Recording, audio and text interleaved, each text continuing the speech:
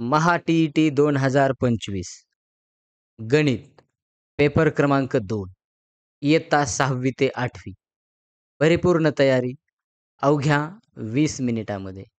होय विद्यार्थी मित्रांनो, आपण या व्हिडिओमध्ये पाहणार आहोत महा टी जो पेपर क्रमांक 2 आहे त्याची या ठिकाणी आपण तयारी करून घेणार आहोत. म्हणजेच नेमकं तयारीसाठी काय काय आपल्याला आवश्यक आहे ते या व्हिडिओमध्ये आपण आज पाहणार आहोत. नमस्कार मित्रांनो, महा टी तयारीमध्ये आज आपण पेपर 2 मधील गणित या विषयाचा अभ्यास कसा करायचा हे पाहत आहोत. पेपर 1च्या तुलनेमध्ये याची काठिण्य पातळी जरा अवघड असते. पण योग्य रणनीतीने आपण अभ्यास केला तर यातही आपण उत्तम गुण मिळवू शकतो. चला तर मग सुरुवात करूया. गणित हा विषय तसा खूप महत्त्वाचा आहे आणि तो योग्य तयारी केल्यास या गणितामध्ये देखील आपल्याला 30 पैकी किमान 25 गुण आपण सहज मिळवू शकतो. तर मग वेळ न लावता आपण सुरुवात करूयात. गणिता हा जो गणित विषय 2 आहे म्हणजे थोडक्यात पेपर क्रमांक 2 आहे. याचं थोडक्यात आपण या ठिकाणी स्वरूप समजून घेऊया. तर गणित 2 बघा या ठिकाणी जो पेपर 2 आहे, यामध्ये एकूण आपल्याला प्रश्न असतात 30 आणि याचे गुण जर पाहिले तर ते देखील 30 असतात. मग ह्या 30चं म्हणजे थोडक्यात याचं जे विभाजन आहे, ते कशा पद्धतीनं असतं, तर आपण जर पाहिलं तर गणित जो आहे, ते 20 म्हणजे थोडक्यात आपल्या कंटेंट नॉलेजवरती 20 प्रश्न आपल्याला पाहायला मिळतील. म्हणजे त्याला 20 गुण आपल्याला पाहायला मिळतात. त्यानंतर पेडागॉजीवरती म्हणजे अध्यापनशास्त्रावर आधारित जे गणित असणार आहे, त्याच्यावरती म्हणजे पेडागॉजीवरती 10 प्रश्न आपल्याला पाहायला मिळतील. म्हणजे थोडक्यात त्याला 10 गुण.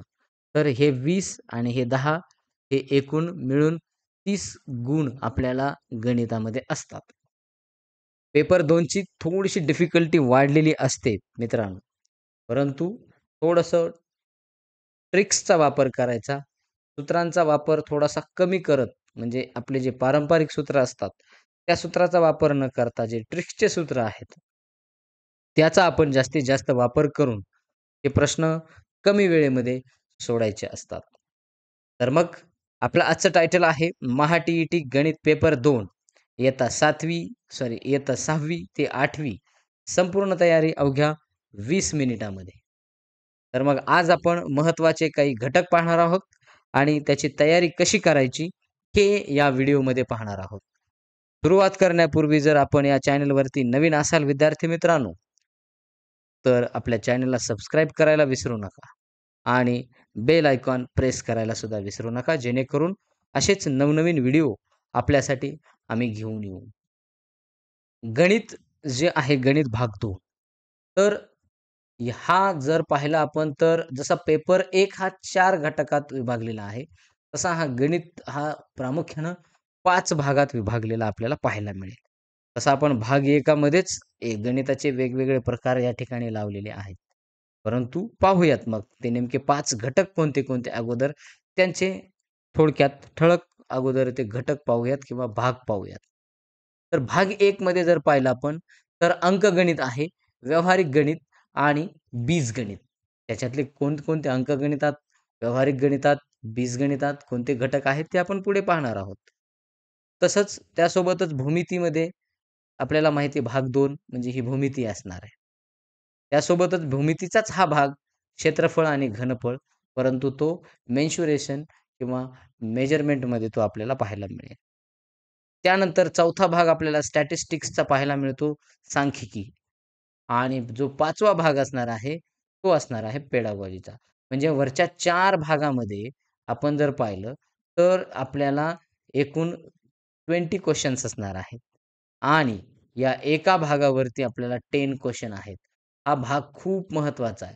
हा भाग तुम्हाला खूप स्कोर भाग म्हणजे स्कोर देणारा हा भाग आहे. स्कोरिंग पार्ट आहे तो.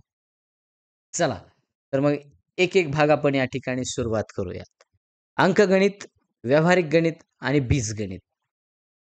यामध्ये आपण जर पाहिलं, तर हा भाग महत्त्वाचा असून यात संकल्पना आणि सूत्रांवर आधारित प्रश्न येतात.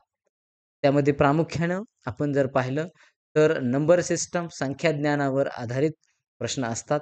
नैसर्गिक संख्या, पूर्ण, पूर्णांक, परिमेय, अपरिमेय संख्या या यासोबतच आणखी त्रिकोणी संख्या असेल, त्यासोबतच आपल्याला सांगता येतं म्हणजे एवढ्या समविषम संख्येच्या आधारित सूत्र वापरून म्हणजे संख्या आपल्याला काढायला लावल्या जातात. त्यासोबतच आणखी आपल्याला मूळ संख्या, संयुक्त संख्या यांच्यावर देखील प्रश्न येत असतात.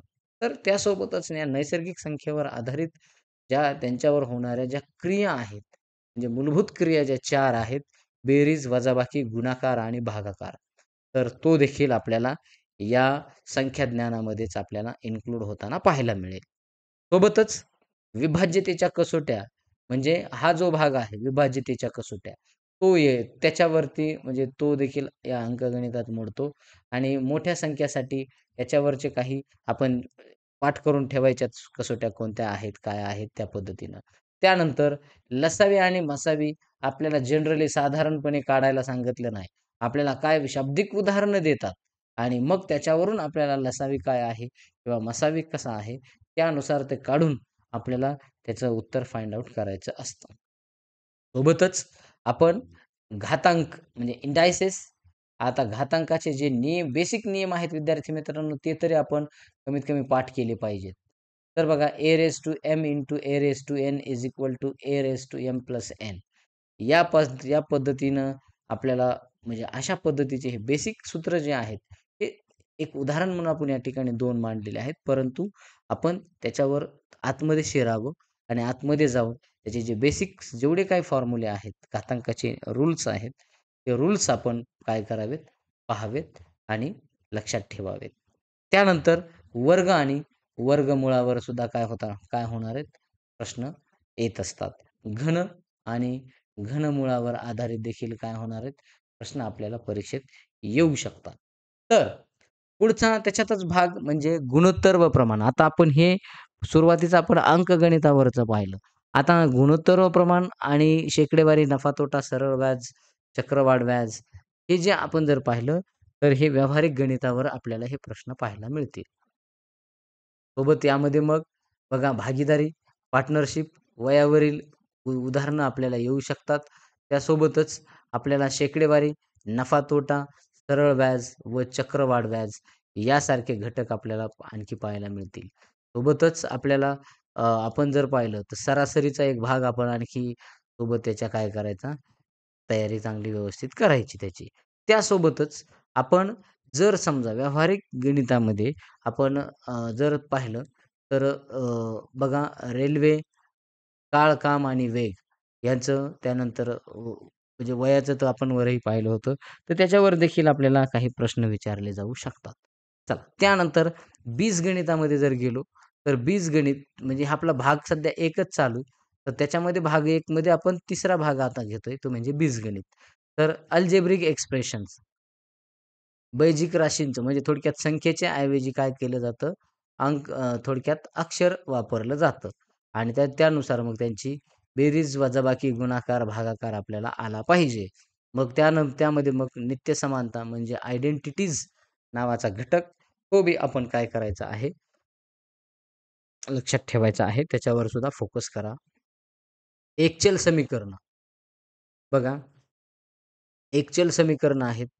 त्यानंतर आपल्याला यामध्ये पाहायला मिळतात बघा, एकचल समीकरण आपण जर पाहिलं, तर एका चलातील जे समीकरणं असतात, ते पाहायला मिळतील किंवा मग 2 चलातील समीकरणं सुद्धा आपण पाहू शकता. त्याच्यावर सुद्धा थोडासा फोकस करून बघा. तोही आपण एकदा ट्राय करू शकता. त्यानंतर आपण जर पाहिलं, तर म्हणजे हा जो भाग आहे आतापर्यंत पाहिलेला, तर हा आपण भाग 1 मध्ये. भाग 1 मध्ये मग काय-काय पाहिलं आपण ह्याच्यात अंकगणित, व्यावहारिक गणित आणि बीजगणित. त्यानंतर मग आता आपण पुढे भाग 2 मध्ये जातोय ती म्हणजे भूमिती. तर भूमितीमध्ये आकृत्यांचे गुणधर्म आपल्याला विचारले जातात आणि प्रमेयावर आधारित आपल्याला प्रश्न विचारले जातात. तर प्रमेय आपण काय करायचे विद्यार्थी मित्रांनो, फोकस करायचे महत्त्वाचे प्रमेय त्यावरती काय करायचं पाठ करून टाकायचे ते. त्यासोबत आकृत्यांचे काही गुणधर्म असतात. त्या गुणधर्मावर सुद्धा आपण काय करू शकतो, म्हणजे ते लक्षात ठेवायचे आहेत. आता महत्त्वाचे काही कन्सेप्ट म्हणजे मूलभूत संबोध, कोण आणि कोणांच्या जोड्या, कोटी कोण, पूरक कोण, त्यानंतर रेषीय जोडीतील कोण. बघा या पद्धतीची आपल्याला ही महत्त्वाच्या तयारी आपण काय करायची आहे, या ठिकाणी करायची. पाहून पाहून घ्यायचे काय-काय करायचं तर. त्यानंतर त्रिकोण. त्रिकोण सोबतच मग त्रिकोणाचे प्रकार, गुणधर्म, एकरूपता आणि थोडक्यात त्रिकोणाची समरूपता. म्हणजे कॉन्ग्रुएन्स अँड सिमिलॅरिटी. आपल्याला हे काय करायचंय व्यवस्थितरित्या तो भाग आपण त्रिकोण एकदा अभ्यासाला घेतला, हे सगळं पाहून घ्यायचं विद्यार्थी मित्रांनो. त्यानंतर पायथागोरसचे प्रमेय. आता पायथागोरसचे प्रमेय जे आहेत, त्यामध्ये मग कोणता? हा कर्णवर्ग बरोबर पायावर्ग अधिक उंची वर्ग. हा काय करायचा आहे आपण व्यवस्थितरित्या समजून घ्यायचा आहे. हा कुठं यूज करायचा, ॲप्लाय कसा करायचा आपल्याला ते समजलं पाहिजे. ठीक आहे. तर त्यावरती आपण फोकस करू शकता. सोबतच भूमितीमध्ये आपण चौकोन म्हणजे चतुर्भुज याला क्वाड्रिलॅटरल आपण काय करत असतो म्हणत असतो. आता क्वाड्रिलॅटरल जर पाहिलं आपण तर हा चौकोन असतो. मग चौकोनाचे सगळेच पूर्ण गुणधर्म मग इथं बघा समांतरभुज, समभुज, आयत, चौरस, समलंब चौकोन यांचे गुणधर्म, क्षेत्रफळ आणि परिमिती म्हणजे सगळाच भाग काय करायला सांगितलेला आपल्याला या ठिकाणी पूर्ण करायला सांगितलेला आहे. चौकोन हा लक्षात ठेवायचा. त्यानंतर पुढचा घटक तो म्हणजे वर्तुळ. आता वर्तुळाचं काय करायचंय तर वर्तुळाचे सगळे जे पार्ट्स असतात, जे काही वर्तुळाचे भाग आहेत, तर ते भाग आपण काय करायचेत लक्षात ठेवायचेत. जीवा कशाला म्हणायचं, केंद्र कशाला म्हणायचं, त्याच्यासोबतच व्यास कशाला म्हणत असतात, त्यानंतर स्पर्शिका काय आहे, बघा म्हणजे इथं त्यानंतर कंस कसा तयार होतो वर्तुळावर, परिघ काय आहे आणि त्याचं क्षेत्रफळ. तर वर्तुळाच्या परिघाचं क्षेत्रफळ या ठिकाणी आपण दिलेलं आहे 2πr आणि वर्तुळाचे क्षेत्रफळ बघा πr स्क्वेअर. अशा पद्धतीने एक हा भाग आपण या वर्तुळावर फोकस करू शकतो. चला त्यानंतर पुढे भाग 3 आपल्याला सांगता येईल, तो म्हणजे क्षेत्रफळ आणि घनफळ. मग आता बघा क्षेत्रफळ आणि घनफळमध्ये काय करायचंय, की यामध्ये द्विमितीय आणि त्रिमितीय आकृत्यांच्या मापनावर प्रश्न येतात. आता द्विमितीय म्हणजे 2D आणि त्रिमितीय म्हणजे 3D. तर यांच्यावर काय होत असतात, प्रश्न येत असतात. सोबतच आपल्याला आता मग आता इथं आपल्याला जर पाहिलं, तर आपण माहिती आहे द्विमितीय आकृत्या कोणत्या-कोणत्या? जसं की आपण आता पाहिलं चौरस म्हणजे चौकोन, वर्तुळ, त्यानंतर त्रिकोण ह्या द्विमितीय आहेत. पण त्रिमितीय आकृत्या कोणत्या? तर घन आहेत, इष्टिकाचिती आहे, त्यानंतर सिलिंडर आहे. बघा म्हणजे या पद्धतीनं आपल्याला त्यांच्या मापनावर आपल्याला प्रश्न येत असतात. तर मग आपल्याला सोबतच पृष्ठफळ काढायचंय किंवा काढता आलं पाहिजे. घनफळ काढता आलं पाहिजे. बघा मग घन कशाला म्हणतात? त्याचं घनफळ बघा. त्यानंतर इष्टिकाचिती, क्युबॉइड आणि क्यूब हे लक्षात राहू द्यायचं आहे.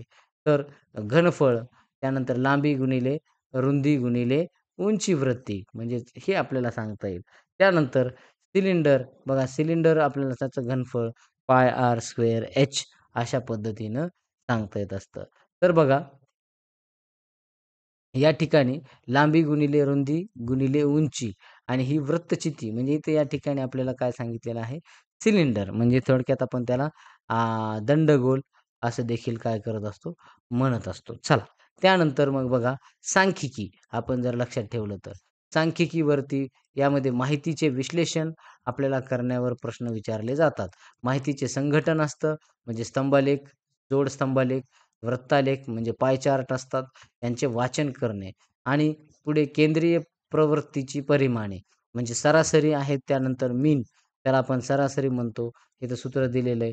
सर्व संख्यांची बेरीज भागिले एकूण संख्या. मध्यक काय आहे? मीडियन म्हणजे मध्यभागी येणारी संख्या आणि बहुलक म्हणजे मोड तर ती सर्वाधिक वेळा येणारी संख्या. तर आपण काय करू शकता यांच्यावर एकदा थोडंसं फोकस करू शकता. याच्यावर आपण अभ्यास थोडा करू शकतो आणि हे याच्यावर मिळणारे मार्क्स म्हणजे तुमचे बोनस मार्क्स आहेत विद्यार्थी मित्रांनो. सोपा भाग असतो हा. याच्यावर तुम्ही जाऊ शकता. याच्यामधून आपण काय करू शकतो, की सहजरित्या आपल्याला म्हणजे स्कोर आपल्याला यामुळे सांख्यिकीमुळे वाढू शकतो. त्यानंतर 5वा भाग म्हणजे गणित अध्यापनशास्त्र. आता जर आपण पाहिलं, तर गणित अध्यापनशास्त्रामध्ये बघा इथं पेडागॉजी आपण त्याला म्हणतो. हा भाग आपल्याला काय करतो सहजपणे 10 पैकी समजा 10 गुण मिळवून देऊ शकतो. मग आपल्याला उरतात 20 तर तेवढे 20च आपल्याला 20 साठी मेहनत करायची. तर गणिताचे स्वरूप आणि तार्किक विचार. परंतु हे 10 गुण आपल्या हक्काचे आहेत ना आणि हे 10 गुण आपण काय करू शकतो, सहजरित्या आपण सायकॉलॉजीचा अभ्यास जर आपण चांगले अभ्यासक असाल, तर हे अध्यापनशास्त्राचे म्हणजे पेडागॉजीमध्ये हे 10 गुण आपले 100% फिक्स आहेत. म्हणजे आपण लक्षात घ्यायचं आहे पास होण्यासाठी हे म्हणजे जे प्रत्येक विषयात आपल्याला जी पेडागॉजी असणार आहे, त्याचे प्रत्येकाचे कमीत कमी 10-10 गुण आपल्याला मिळणार आहे. म्हणजे जवळपास आपण जर विचार केला तर आपल्याला नाही म्हटलं तरी 40 मार्क तर आपल्याला याच्यावर सहज मिळू शकतात. बघा लक्षात राहू द्यायचं आहे. सोबतच आपण आपण जर पुढे गेलो तर अभ्यासक्रमाची उद्दिष्ट आपण याच्यात काय करायचंय, प्राथमिक स्तरावर गणित का शिकवलं जातं, त्यानंतर अध्यापन पद्धती, आगमन-निगमन पद्धती, विश्लेषण-संश्लेषण पद्धती, त्यासोबतच मूल्यमापन, विद्यार्थ्यांच्या गणितीय ज्ञानाचे आणि कौशल्याचे मूल्यमापन कसे करावे, त्यासोबतच निदानात्मक आणि उपचारात्मक शिक्षण, विद्यार्थ्यांच्या चुका ओळखून त्यावर उपाययोजना करणे. तर अशा पद्धतीनं जे काही घटक असतात, ती घटक आपल्याला या गणित अध्यापन शास्त्रामध्ये पाहायला मिळतात. तर हे आपण लक्षात घ्यायचं आहे. तर या ठिकाणी आता परीक्षेसाठी काही खास टिप्स आपण परत एकदा या देखील व्हिडिओमध्ये देतो. तर सूत्र आणि प्रमेय आपण काय करायचे लक्षात ठेवायचे आहे. महत्त्वाची सूत्रे आणि प्रमेय एका ठिकाणी लिहून ठेवायची. सराव आपण करायचा दररोज वेगवेगळ्या प्रकारची किमान 20-30 उदाहरणं आपण सोडवली पाहिजेत.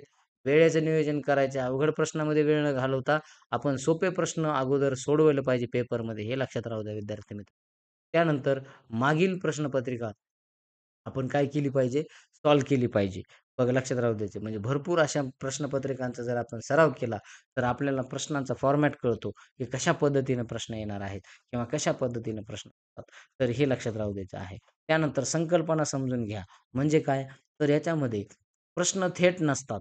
त्यामुळे संकल्पना स्पष्ट असणे खूप गरजेचे आहे. प्रश्न हे काय असतात? डायरेक्ट असे एकदम त्या संकल्पनेला धरून किंवा त्या संकल्पनेचं नाव त्या प्रश्नात येईलच असं काही नसतं. तर आपल्याला ती संकल्पना माहिती असली, तर आपल्याला प्रश्न लगेच काय होत असतो, ती संकल्पना समजून पटकन आपण काय करू शकतो, हे सोडवू शकतो. तर विद्यार्थी मित्रांनो, आपण या ठिकाणी 1 मिनिटामध्ये परत एकदा काय करूयात, ते सगळ्यांचं रिव्हिजन करूयात. बघा, तर आपण या ठिकाणी काय केलेलं आहे, आपण प्रामुख्यानं हे गणित आपलं 5 भागात विभागलेलं आहे, असं सांगितलेलं आहे. अंकगणित, व्यावहारिक गणित, बीजगणित. दुसरा भाग म्हणजे भूमिती. तिसरा भाग क्षेत्रफळ आणि घनफळ, चौथा भाग सांख्यिकी, पाचवा भाग गणित आणि गणित अध्यापन शास्त्र. तर यासोबतच पुढे आपण जर गेलो तर एक अंकगणितात काय-काय आहे, व्यावहारिक गणितात काय आहे, बीजगणितात काय आहे, हे आपण सांगितले. अंकगणितामधले हे जे स्क्रीनवर आपल्याला दिसतायत, संख्याज्ञान मग त्यामध्ये सगळ्या प्रकारच्या संख्या आणि त्यांच्यावरील क्रिया, विभाज्यतेच्या कसोट्या, सोबतच लसावी-मसावी, घातांक आहे, सोबत वर्ग, वर्गमूळ, घन आणि घनमूळ. त्यासोबत व्यावहारिक गणितामध्ये गुणोत्तर व प्रमाण, शेकडेवारी नफा तोटा, सरळ व्याज, चक्रवाढ व्याज. सोबतच वयावरील काही उदाहरणं आपल्याला येऊ शकतात. भागीदारी, सूट कमिशन यावर देखील प्रश्न पडू शकतात. त्यानंतर बीजगणितामध्ये बेजिक राशी आणि त्यासोबत नित्य समानता, त्यांचे मग बेरीज, वजाबाकी, गुणाकार, भागाकार.